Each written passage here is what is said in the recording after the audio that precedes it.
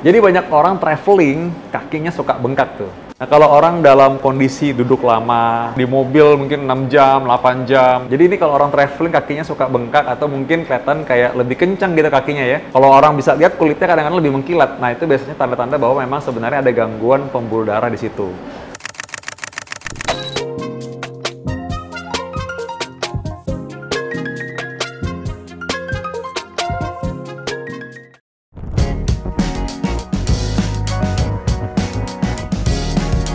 Nah, kalau misalkan tadi ada orang yang punya varises yang berwarna kebiruan ya, dan memang mungkin sampai berwarna ungu, nah itu memang kita mesti lakukan USG dulu. Dengan USG kita bisa melihat pembuluh darah yang mengalami gangguan. Apakah memang itu pembuluh darah vena atau mungkin terlibat pembuluh darah yang lain juga. Jadi kita bisa lakukan USG dengan posisi pasien dengan tiduran dan juga dengan berdiri.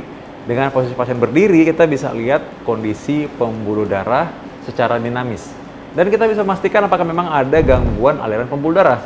Varises ini disebabkan karena aliran pembuluh darah yang harusnya dari kaki kembali ke jantung itu mengalami hambatan. Bisa karena terjadi perubahan dari katupnya, juga karena pembuluh darahnya kurang elastis lagi, karena aging, faktor penuaan, genetik juga bisa terpengaruh.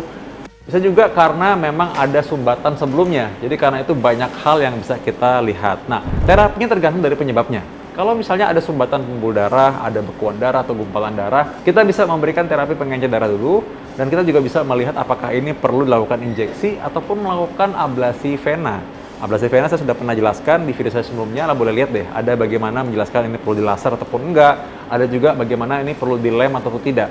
Jadi banyak sekali metode yang bisa digunakan. Sekarang juga kita bisa menggunakan berbagai macam ablasi vena, ada juga yang menggunakan lem, ada yang menggunakan laser, radiofrekuensi, microwave, macam-macam. Tapi memang sampai saat ini yang paling banyak bukti evidence ilmiahnya adalah dengan menggunakan laser. Ada juga pasien saya yang ternyata bisa sembuh dengan obat-obatan saja dan akhirnya bisa lepas obat. Jadi obat-obatan varises juga bukan untuk selamanya. Dengan memberikan obat dengan waktu tertentu saja, dan juga menggunakan kompresi terapi, maka ternyata pasien ini juga bisa sembuh tanpa harus dilakukan operasi, tanpa pembedahan. Walaupun demikian, ada juga pasien yang ternyata perlu memerlukan laser. Nah, laser ini juga bukan bedah, bukan operasi juga, tapi adalah prosedur medis yang memberikan terapi dengan menggunakan energi laser. Energi laser itu dimasukkan melalui pembuluh darah dan kita bisa menutup pembuluh darah yang mengalami masalah. Jadi jelas ya bahwa kalau ada varises warna biru, dan urat-uratnya kelihatan menonjol sekali. Mungkin juga disertai dengan bengkak, ada juga yang nggak pakai bengkak. Tapi kita bisa lihat dengan USG lebih jelas dan dengan terapi tersebut kita bisa membedakan. Nah, utamanya adalah kita melihat kondisi klinis secara umum dulu.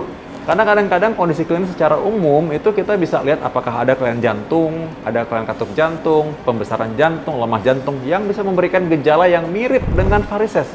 Ada pasien yang ternyata dikira varises, ternyata dia punya masalah pada jantungnya. Lemah jantung membuat kakinya juga bengkak. Dan mirip sekali dengan orang yang mengalami varises juga, atau varises dalam. Karena itu kita mesti melakukan diagnosis secara tertata dan juga sesuai dengan kaidah ilmiah.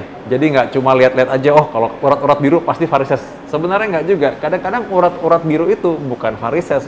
Memang urat yang sebenarnya, urat pembuluh darah. Itu sebenarnya memang adalah pembuluh darah yang asli. Jadi tidak semua urat yang menonjol itu pasti varises.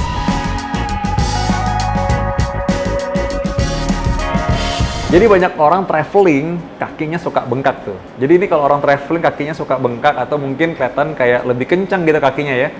Kalau orang bisa lihat kulitnya kadang-kadang lebih mengkilat. Nah, itu biasanya tanda-tanda bahwa memang sebenarnya ada gangguan pembuluh darah di situ. Nah, kalau orang dalam kondisi duduk lama, traveling, naik pesawat, atau flightnya panjang, mungkin lebih dari 4 jam, di mobil mungkin 6 jam, 8 jam, nah, kereta api. Ada saya punya pasien tuh, dia seorang laki-laki, ternyata dia punya pembekuan darah atau gumpalan darah. Dan ini memang merupakan suatu hal yang berbahaya karena gumpalan darah dari kaki itu bisa terbang masuk ke jantung sebenarnya. Untung saja bapak-bapak itu cepat memeriksakan diri. Dia bilang dia sempat lihat tuh video saya mengenai pembekuan darah, sehingga akhirnya kita bisa periksa bahwa ternyata ada pembekuan darah di pembuluh darah kakinya. Dan ini bisa menyebabkan adanya gumpalan darah ini terbang masuk ke dalam jantung. Nah, ada juga orang yang mengalami gangguan pembuluh darah vena di bagian bawah yang disebut sebagai penyakit vena kronis. Nah, ini ternyata sudah bolak-balik, sering banget dia tiap kali duduk lama, lagi rapat lama juga ternyata kakinya bengkak. Kalau lagi macet di jalan lama, duduk lama, kakinya bengkak juga. Nah, ini kita bisa lihat apakah ini terjadi pelebaran atau pembengkakan pada pembuluh darah di bagian kaki, di bagian bawah. Jadi yang penting adalah kita bedakan dulu nih, ada sumbatan apa enggak, ada pelebaran pembuluh darah apa tidak. Kalau bengkaknya dua-dua, kita mesti curiga juga apakah memang ada gangguan pada jantungnya, ada sesak napas apa enggak, cepet capek atau enggak, ngos-ngosan, mungkin lebih cepat lelah gitu ya. Jadi kalau gitu supaya kita nggak parno, supaya kita nggak merasa ketakutan akan sesuatu yang sebenarnya belum pasti juga, pastikan dulu diagnosisnya. Terapinya apa? Terapinya macam-macam, tergantung dari diagnosisnya. Banyak orang yang memikirkan terapinya apa, orang berpikir takut dioperasi, orang berpikir takut dikasih obat-obatan, padahal mungkin belum tentu. Karena ada juga varises yang bisa sembuh tanpa dengan obat-obatan sekalipun. Kita bisa tahu dari mana? Dari grade-nya, dari tahapannya, dari staging-nya, dari penilaian klinis dan juga pemeriksaan penunjang. Jadi karena itu daripada parno dan overthinking melihat, oh terapinya gini, terapinya ini. Siapa tahu ternyata ada juga orang yang udah pikir macam-macam, takut dia udah mau dioperasi, takut mesti pakai obat, ternyata nggak perlu. Karena dia ternyata punya masalah yang ringan. Tapi ada juga orang yang kelewatan karena akhirnya dia menganggap enteng, akhirnya malah terjadi komplikasi yang lebih berat. Jadi supaya pasti diagnosisnya harus jelas dulu, lebih detail dulu, kita harus tahu dulu mana nih yang merupakan bahaya yang harus segera terapi, urgennya gimana. Kalau sudah jelas diagnosisnya, sudah kita USG, sudah kita pemeriksaan lab, sudah kita periksa secara klinis, kita bisa cek tuh jantungnya seperti apa, pemeriksaan seperti apa, baru kita menentukan diagnosis dan terapinya apa. Ya normal dong, kalau mau tahu solusinya apa, harus tahu dulu masalahnya di mana. Setelah masalahnya diketahui dengan jelas, barulah terapinya kita tentukan.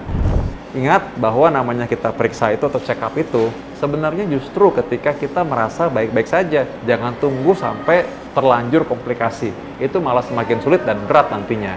Kalau punya masalah, jangan tunda-tunda. Segera kita selesaikan masalah tersebut. Ada punya komen apa lagi? Segera tulis kolom komen, kita akan bahas dalam episode Dervi selanjutnya.